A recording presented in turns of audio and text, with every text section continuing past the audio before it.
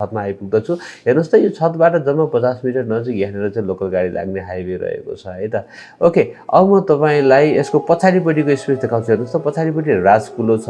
नयाँ यो चाहिँ मापदण्ड छोडेर बनाउनु भएको छ है। यो पछाडिपट्टि चाहिँ राजकुलो हो। राजकुलोको चाहिँ मापदण्ड छोडेर बनाउनु भएको छ र चाहिँ यो नयाँ नक्सा पास अनुसार बनेको है साथीहरू, नक्सा पास अनुसार बनेको हो। त्यही भएर हामीले चिन्ता लिनु पर्दैन। धेरै चाहिँ काठमाडौँमा धेरैवटा घरहरू रहेका छन् जसको चाहिँ साइडमा चाहिँ राजकुलो रहेको छ र भोलिको दिनमा त्यो स्थान चाहिँ अब बाटोमै परिणत हुन पनि सक्छ होइन।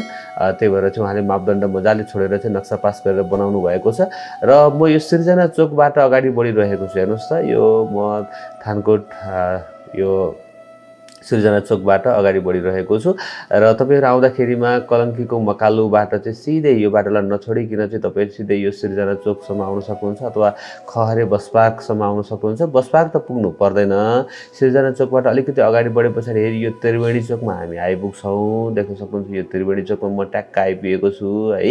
तपाईँहरू मजाले एक्लै आउन सक्नुहुन्छ है, सोध्दै आउन सक्नुहुन्छ। मकालुबाट चाहिँ एलआरआई स्कुल हुँदै अगाडि बढ्न सक्नुहुन्छ। म यो त्रिवेणी चोकमा आइपुगेँ। हेर्नुहोस् त हो यो त्रिवेणी चोकबाट चाहिँ अब म दाहिनेतिर लाग्दछु र चाहिँ यसरी यहाँनिर यो मल्टिपर्पज प्राइभेट लिमिटेडको छेउबाट अगाडि बढे पछाडि हेर्नुहोस् त अब यो चाहिँ खहरे बस पार्कतर्फ जाने बाटो हो है। थोरै अगाडि बढे पछाडि बस पार्कमा पुगिन्छ तर हामी बस पार्कसम्म पुग्नु पर्दैन है त।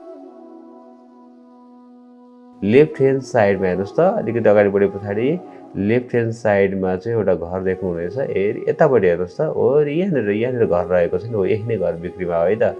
तपाईँले टावर देखिरहनु भएको छ होला। त्यो टावर धेरै नै टाढा छ है साथीहरू। 4वटा घर उतापट्टि टावर रहेको छ। त्यही भएर कुनै चिन्ता छैन है। तपाईँहरू त्यसमा चाहिँ हाइटेन्सनको टावरहरू छ कि भनेर त्यसमा पनि डराउनु परेन र चाहिँ यसरी हामी सिधा गइसके पछाडि टक्क लाएर चाहिँ यो घरमा पुग्दछौँ। पूर्व मोहडा फर्केको छ। सबै कुरा मैले बताइसकेँ। ढल लाइनको पानी सबै सुविधा रहेको छ। 6 कोठाको घर हो।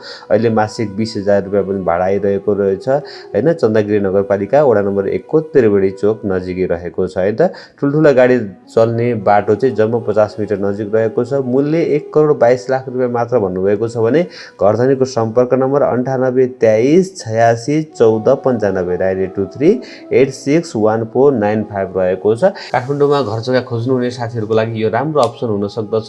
र पछाडिपट्टि राजकुलोको विषयमा तपाईँलाई कुनै पनि किसिमको डाउट लाग्छ, शङ्का लाग्छ भने नजिकैको वडा कार्यालय अथवा नगरपालिकाको कार्यालयमा गएर बुझेर नक्सा पास गरेर बनेको घर रहेछ। भोलिको दिनमा अप्ठ्यारो पर्छ कि पर्दैन त्यो सबै कुराहरू बुझेर मूल्याङ्कन गरेर यो घरलाई खरिद गर्नुहोला।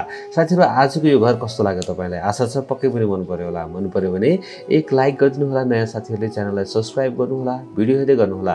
एक दिन न एक दिन तपाईँले खोजेको ठाउँमा तपाईँको बजेटको घर जग्गा पक्कै पनि पाउनुहुनेछ। र आफ्नो पनि घर जग्गा बेच्न चाहनुहुन्छ भने मलाई फोन गरेर बोलाउन सक्नुहुन्छ। तल देखिएको नम्बरमा हामी आएर तपाईँको घर जग्गाको भिडियो बनाएर सजिलै बेच्नको लागि सहायता गर्नेछौँ। हस् त भोलि बिहान नयाँ घर जग्गाको भिडियोको साथमा उपस्थित हुनेछु। तबसम्मको लागि मलाई बिदा दिनुहोस्। नमस्ते, शुभ दिन।